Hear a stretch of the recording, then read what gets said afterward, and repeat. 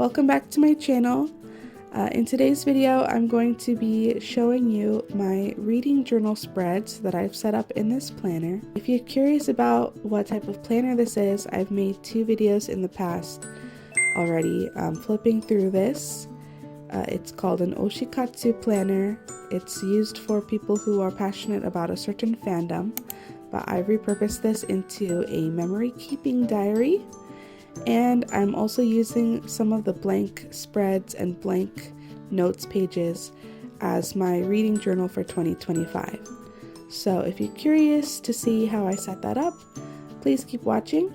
I do want to give a quick disclaimer and say that I am sick.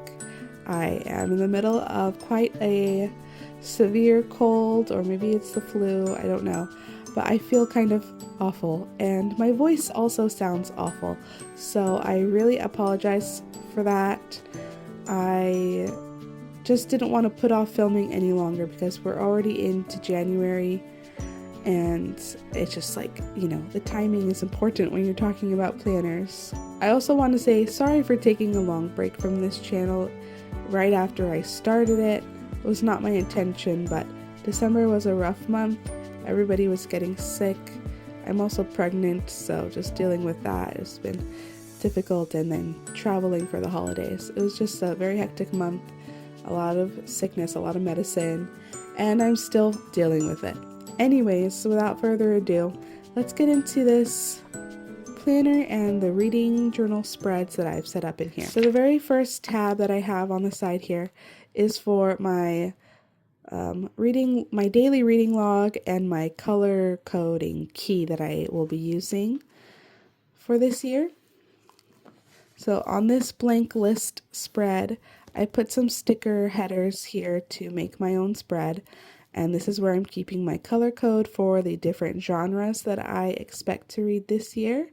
There might be other genres out there that I'm missing off of this list, but these are the genres that I am most likely to read this year, so that's why I've included all of these. And I think most of these colors are mild liners. There might be a couple that are not. And then there's a column here for me to make a tally mark for how many books I read in each genre throughout the year.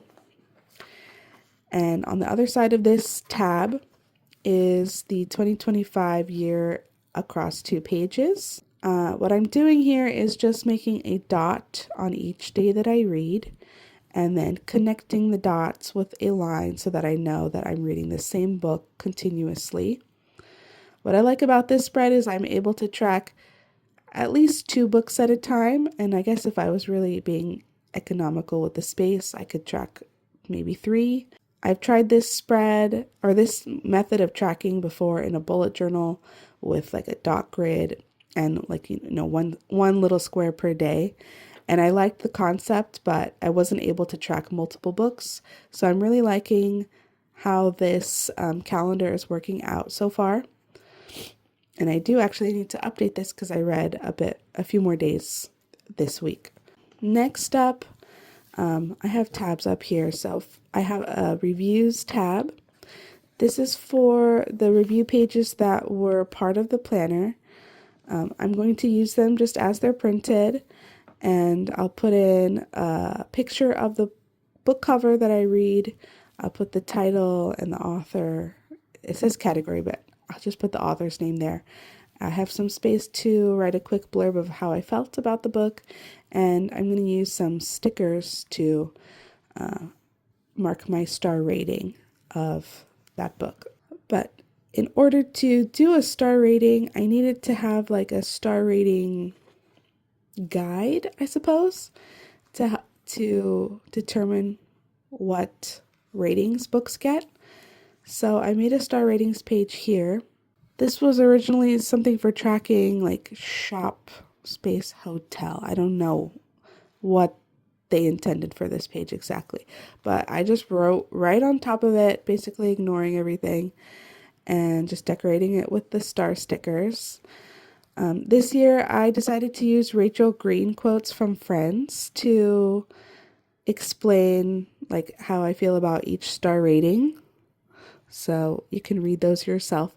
But as you can see, I don't have a quote yet for a 5-star rating, which is really frustrating because I'm a pretty big fan of Friends. I watch it all the time, constantly on repeat. I know all the episodes, so you would think I would have a quote come to mind for a 5-star, just like I was able to come up with these ones pretty easily. But I'm just really struggling to find a 5-star Rachel Green quote from Friends. So if you have any suggestions, leave them in the comments. I would really appreciate it because I just cannot decide what to put for a 5-star. So these are all review pages here. I think there's about 60 of them or so. So it's plenty of space for me because I don't read that much. And then this events tab is not related to the reading journal at all. So just skipping over that, I have a tab for the reading section. So starting from this tab, this is where the rest of my reading journal is. And I actually used every single blank page in the back of this notebook. So I think it'll be a lot of fun to fill these in and keep these trackers and things as a keepsake along with my memories for the year. So I'm very happy about my decision to put my reading journal in the back of this like memory diary. I think I'm gonna like having them together. So the very first thing I have here is a list of my reading goals for 2025. My first goal is to read 36 books. I've been trying to meet this goal for the past couple years and not really succeeding. So I thought if I make some reading journal spreads and decorate my planner, maybe it would motivate me to read some more. So that's why I actually did a reading journal in the first place, is to try and motivate me to reach this goal. Then I have reread an old favorite, read from my physical collection, because I do have some books at home, but I tend to get distracted with Kindle Unlimited offerings. So I'm trying to encourage myself to read an actual physical book that I own in my house. Next is to read a little every day. So already I haven't succeeded at that. I've skipped a few days in January, but I think the yearly reading tracker that I showed at the front will really help me to stay on top of that goal and read a little bit every day. Next is to read a book from the library. I have done this in the past, but I tend to pick out books from the like kids section. Like I'll pick out a middle grade book to read, which they're nice. Middle grade books are nice. There's nothing wrong with that. But I just tend to stick to that because when I take my daughter to the library to pick out books for her, we just go to the kids section. I don't bother going to the adult section. So I want to try and actually go through the adult shelves and pick out something for me and not just pick out something for convenience, sort of, if that makes sense. And then here I want to finish reading a series. I have a few series that I've started or that I'm in the middle of, but I have not finished yet. So those are my reading goals. Then on this page I have my TBR. These are all physical books that I own. And the first book here, The Riddle of the Wren, it's one of my favorite books of all time, but I haven't read it in a really long time. So I don't remember everything, and I'm actually a little bit scared to reread it because like what if the nostalgia is like tainting my perception of the book? Like what if it's not as good as I remember?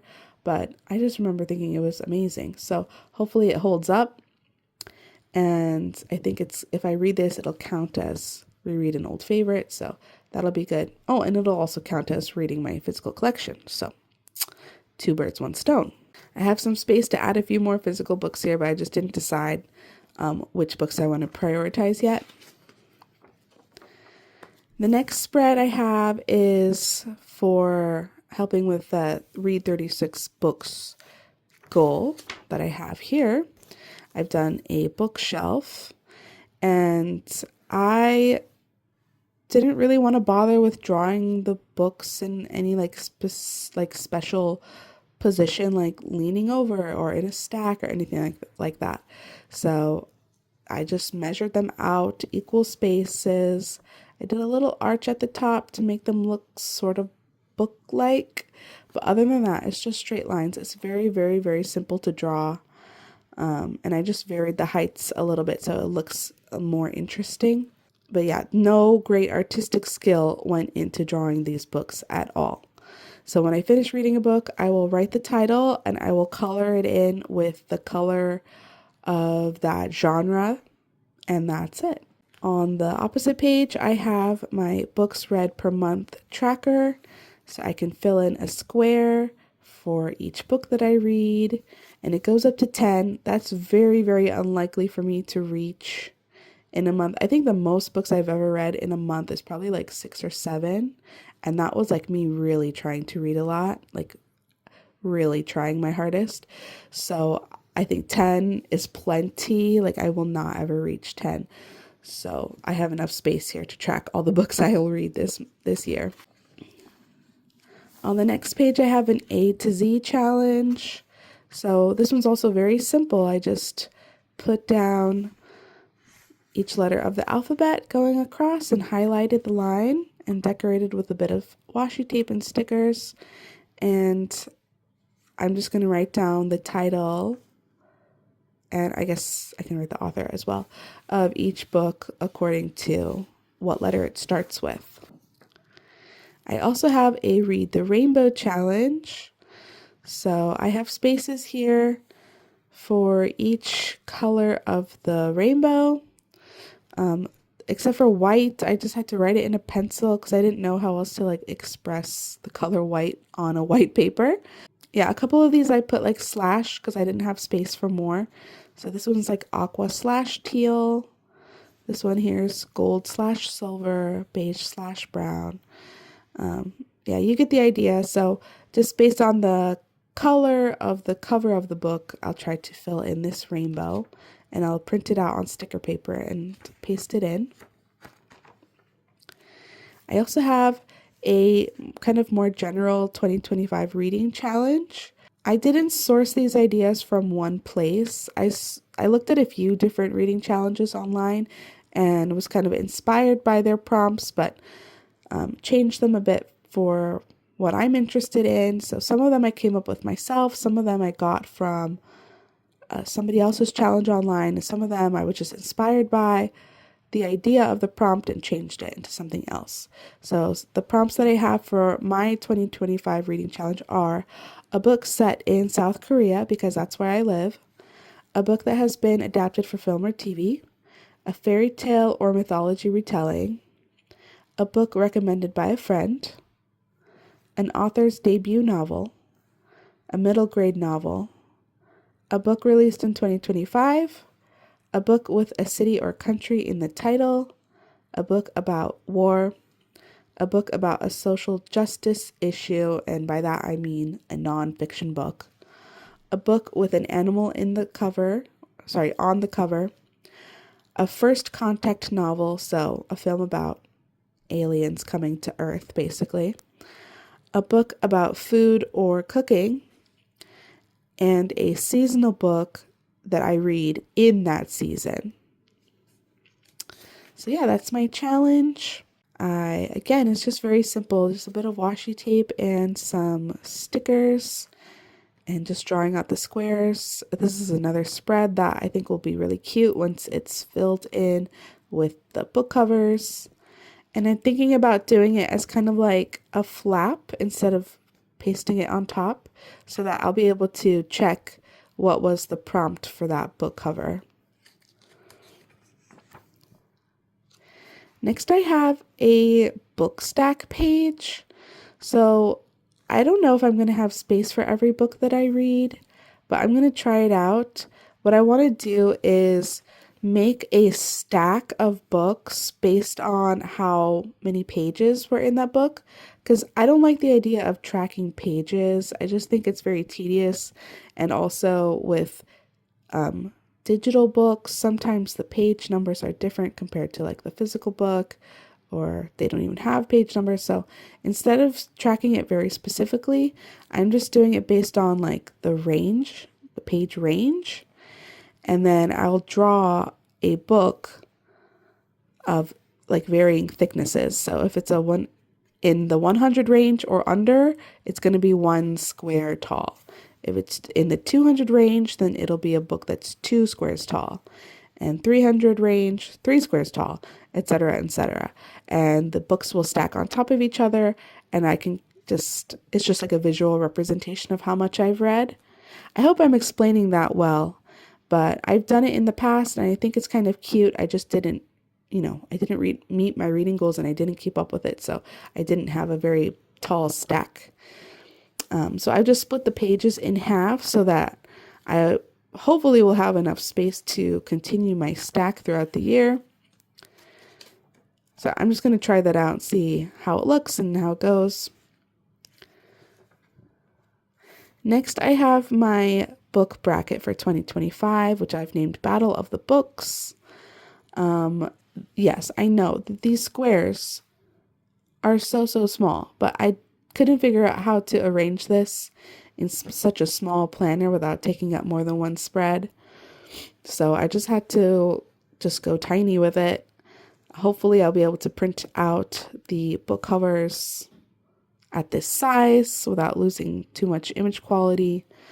But yeah, it's just a simple book bracket, and I've got the winner right there. I wrote it here in cursive, but I messed it up. I wrote Wimner.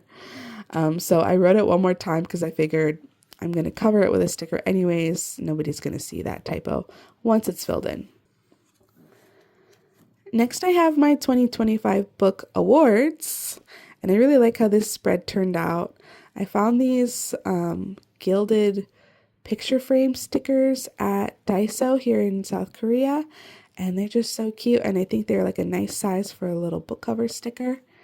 So my book awards are for the longest book that I read, the shortest book I read, the prettiest cover in my opinion, and also the ugliest cover in my opinion, a book featuring my favorite couple, a book with my favorite like fantasy world, the funniest book of the year, the spiciest book of the year, the most educational or thought-provoking book, so a book that really makes me think and stays in my mind for a long time, the most surprising book, so maybe something that I wasn't expecting to like or had a really shocking twist at the end or something like that, the worst book of the year, and also the best book of the year, which might end up being different from whoever wins the bracket. I'm not sure. It might just be a repeat, but yeah, these are my book awards. And then my last spread it doesn't have a title anywhere on the page, but these are just my stats for the year. So I've got all the months of the year and then the total number of books read in that month. Then I've got little icons here to indicate if it was a physical book, a digital book, an audio book, if it came from Kindle Unlimited, if it was a free for me to read, so from the library, from my collection, or borrowed from someone, and then books that I paid to read, that I purchased. Then how many books of each rating, then an average rating for the month, my top genres for that month, and how many days that I read in that month, which I'll be able to get from the yearly tracker. So yeah, those are the stats that I'll be keeping track of. And that is everything for my reading journal. I guess I'll flip through one last time just to give a really quick overview. I've got my color code, my daily reading log, then I've got the reading review pages and my star ratings. I've got my reading goals, my TBR list for my physical books, my bookshelves for my 36 book reading challenge, my books read per month tracker, my A to Z challenge, my rainbow challenge, my 2025, prompted reading challenge, my book stack page, my 2025 Battle of the Books bracket, my 2025 book awards, and then my stats overview page. So yeah, that's my entire reading journal. Let me know what you think down in the comments. I really had a lot of fun putting these pages together, although I will say it took me an absurd amount of time for how simple the spreads are. Like, it's mostly just ballpoint pen lines and some stickers. Like, not that much lettering. Like, I don't know why it took me like 2 full days to make these spreads. It's like absurd, but it did. I think if you're a normal person who does not get stressed over itty bitty tiny details, you could probably set this up much, much faster. I really don't understand why it took me so long, but I really like the end result, and I can't wait to start filling this in, and hopefully having all these pretty spreads to work on and fill in throughout the year will keep me motivated to read more this year, even though I'm going to be very busy with a newborn baby. We'll just, try to stay optimistic about this. Yeah. So I hope you enjoyed this video. Let me know what you thought down in the comments, and also let me know if you have some reading goals for 2025. If any of your goals are the same as mine, I would love to talk about it and connect with fellow readers and planner lovers down in the comments. So I hope you guys are doing well. I will see you in the next video. Bye.